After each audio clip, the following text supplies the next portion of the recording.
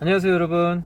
오늘은 그 주식 관련해서 물론 이제 베트남 주식도 포함해서 테마 형식으로 한번 말씀을 드려보려고 해요. 일단 첫 번째로는 그 여러분들 조금 좀 요즘 보면은 전 세계적으로 뭐 반도체라든지 휴대폰이라든지 뭐 여러 가지 부분에서 수요가 좀 많이 감소를 하고 있고, 예상하지 못한 어떤 수요로 인해서 차량, 특히 이제 자동차 같은 경우에 자동차용 반도체가 수요를 좀 웃도는 그런 수요가 발생을 해서 지금 현재 생산이나 이런 부분에서 많은 차질이 빚어져서 실제 생산으로 나오는 자동차들의 생산량이 많이 줄어들고 있고, 또 수요로 인해서 예약을 걸어놨던 소비자들 입장에서는 상당한 기간 차량이 출고될 때까지 기다려야 되는 상황이 왔습니다. 자, 이런 것과 대비해서 이제 수요하고 그리고 공급과 이제 수요를 맞추는 게 굉장히 어렵다는 거는 여러분들도 잘 아실 거예요.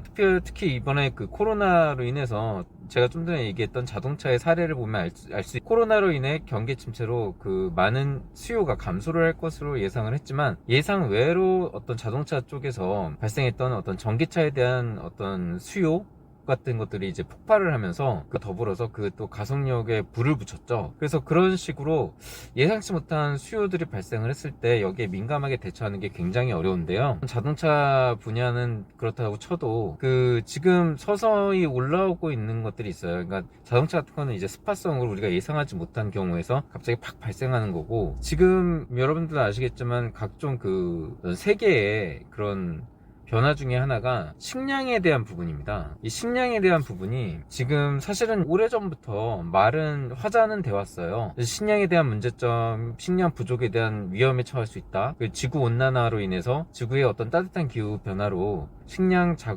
작업량이, 재배량이 현저하게 줄어들어서 세계 인구가 먹을 식량이 부족해질 것이다라는 얘기는 예전부터 있어 왔습니다. 하지만 어찌됐든 뭐 생산량을 맞춰가면서 큰 부족을 느끼지 않고 서서히 이제 다가오고 있었던 거예요. 지금 최근에 어떤 식량 관련된 이슈들이 또 터지고, 예를 들어 우크라이나와 러시아의 전쟁으로 인해서 우크라이나의 식량 수출 부분인 상당 부분이 수출을 하지 못하고 식량 가격을 올리는 현상을 좀 빚어냈었죠. 그리고 중국도 마찬가지로 이제 중국에서 어떤 개발도상국들, 과거 어떤 농업국가들 혹은 이제 농업 지역들이 산업화, 공업화 되면서 식량 재배 면적이 점점 줄어들고, 또 이에 어떤 가뭄 현상이라든지 이상 고온 현상으로 강수량이 적고 갖가지 이유 등으로 혹은 어떤 기후의 어떤 폭우라든지 이런 것으로 인해서 작물재해 피해가 상당히 일어나고 있는 것으로 알고 있어요. 그래서 예를 들어서 뭐 인도에서도 사실은 상당한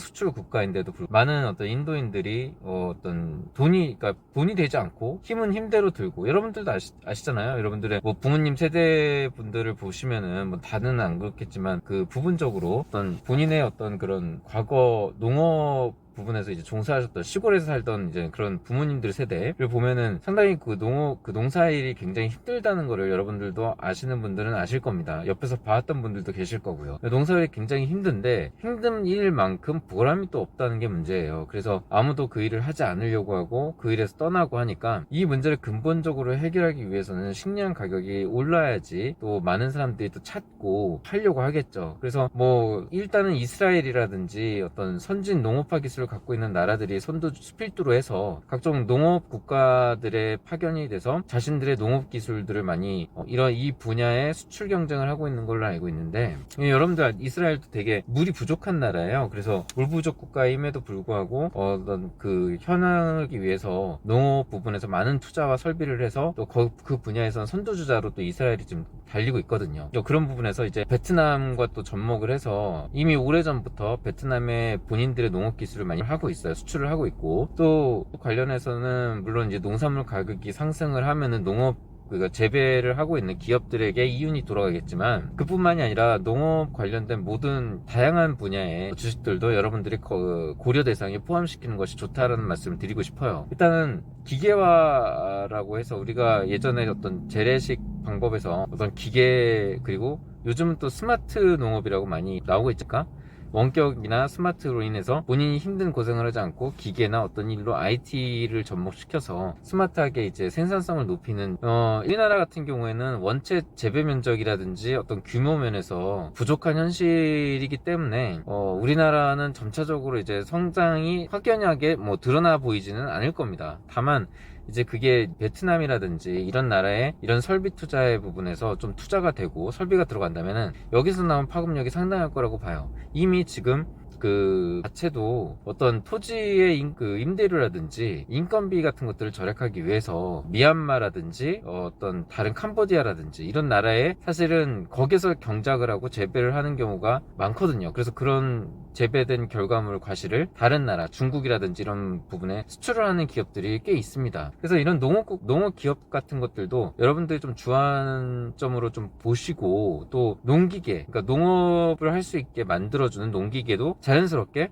수요가 많아지겠죠. 만약에 농산물 가격이 많이 오르고, 일단은 여러분들도 분명히 말씀드리면은 식량 부족은 점점 앞으로 이슈화가 될 거예요. 하지만 그게 빠르게 오느냐, 늦게 오느냐, 더디게 오느냐는 저 역시도 알 수 없습니다. 하지만 식량에 대한 중요성은 앞으로도 계속 대두가 될 거고, 반드시 필요하고 없어서는 안 될 것이기 때문에 농업에 대한 중요성은 앞으로 계속 대두가 될 거예요. 그리고 그런 농업으로 인해서 농업에 대한 그 농산물 가격이나 이런 부분들이 많은 어떤 농업 생산성이나 돈이 딱 툭 까놓고 얘기해서 간단한 얘기로 돈이 안 되기 때문에 많은 사람들이 농업에 종사하지 않는 거거든요. 그래서 이게 돈이 되게끔 농산물 가격이 적정한 수준으로 또 조금씩 상승하는 돌아서고 올라간다면 많은 사람들이 농업을 하고 싶어하고 농업으로 돌아올 거고, 또 기존에 있었던 스마트한 농업과 기계화 농업이 급부상할 수 있는 계기가 분명히 될 거거든요. 그 시점이 언제 오느냐는 저 역시도 알 수 없지만 그 시점이 저는 오리라고 믿고 있어요. 왜냐면은 이 세상에 없어서는 안 될 것이기 때문이죠.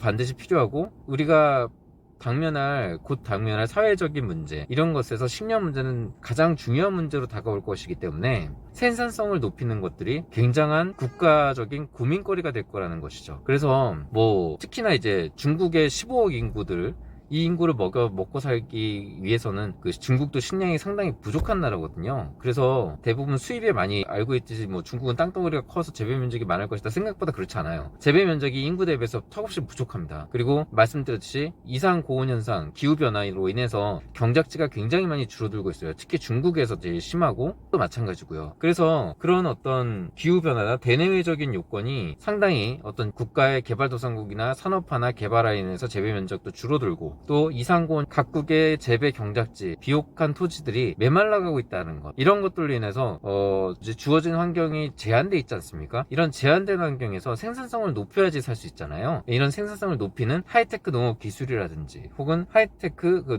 농기계를 만들어낸다든지, 어떤 스마트한 IT 부분에서 농업 관련된 부분에서 많은 어떤 기술적인 연구를 하고 있는 회사라든지, 이런 분야에 제가 볼 때는 상당한 기회를 포착할 수 있을 것 같아요.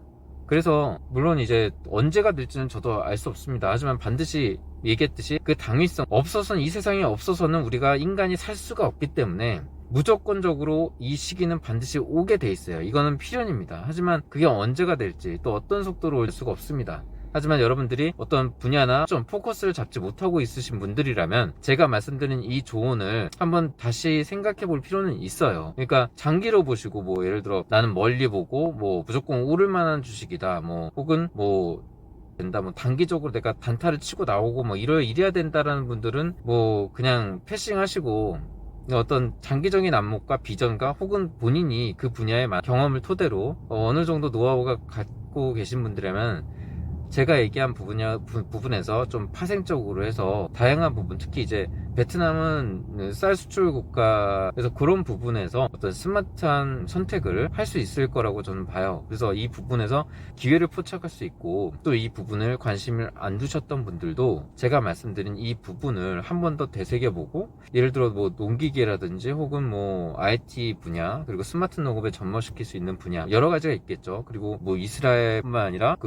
개발도상국이나 농업국가에다가 농업 기술을 이제 설파하고 있는, 수출하고 있는 이스라엘의 기업이라든지 관련된 기업들은 각국에 있으니까 그런 부분들을 좀 관심 있게 보시는 것도 추천드려요. 그래서 저는 어떤 한 주식이나 뭐 주식의 종목을 추천드리는 건 아닙니다. 하지만 제가 말씀드리고 싶은 거는 그런 포커싱이나 그런 부분을 어떤 이 당위성을 좀 주안점으로 둬서 여러분들이 투자처를 고르는 것도 상당히 좋은 방법이라는 걸 말씀드리고 싶은 거예요. 그 분야에서 그 어떤 예를 들어 뭐 산업화 제조업이다 뭐 해서 뭐 여러 가지 뭐 기계나 뭐 이런 걸 만들어내는 그런 막연한 그런 것보다 일단 방향성이 저는 중요하다고 보거든요. 어떤 부분과 어떤 포커싱 그리고 어떤 내 생각과 개념을 갖고 어떤 안목까지 기간이나 이런 장단기나 이런 부분에서 얼마나 유망한지에 대해서 본인의 나름대로의 본인 그 투자의 개념 정리를 해두는 것이 제가 볼 때는 다가오는 어떤 변하는 지금 미래에서 좀 현명한 투자를 할 수 있는 그런 어떤 마인드 컨트롤이 되지 않을까 싶습니다.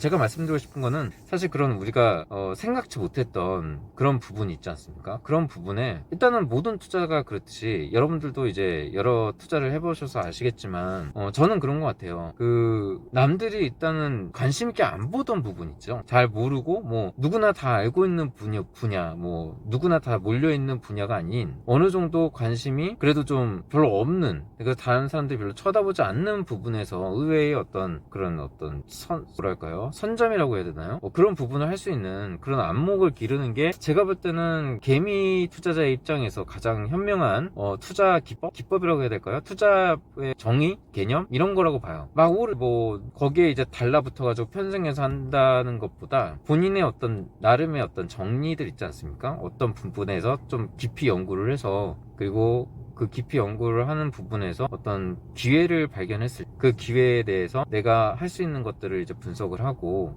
또 어떤 여러 가지 내 개념에 부합한다. 그러면 또 거기에다가 투자를 미리 해놓고 또 그것이 이제 언제 찾아올지 모르지만 그 행위 자체 선점이라는 거죠. 그러니까 그런 걸 통해서 나중에 이제 어떤 그게 화두가 되고 몰리기 시작하면은 몰렸다가 또 거기에 들어간 사람들 입장에서는 뭐 언제 떨어질지 모르고 막 불안하지만 이미 선점한 사람 입장에서는 이미 그 시기에 이미 상당한 뭐 이익이 난다면 수익을 보고 있을 거기 때문에 크게 걱정할 필요도 없고 쉽게 얘기해서 그런 거죠. 뭐 묻어두고 그냥 편한 마음으로 있을 수 있는 그런 주식이 되는 거예요. 근데 그거는 단순하게 누가 얘기해주고 누가 말해주고 그거를 듣고 누가 뭐라고 하더라 여기에다가 투자하라고 하더라라고 해서 사서 얻어지는 게 아니라는 얘기죠. 무슨 말인지 아시죠? 그런 게 아니라 본인이 남들이 아무도 모르고 잘 모르고 관심을 안 두는 거를 본인 스스로가 발견을 하고 거기에 대한 확고한 본인의 마인드 정리가 돼 그래야지 흔들리지 않고 가지고 갈 수 있고 누가 뭐라고 해도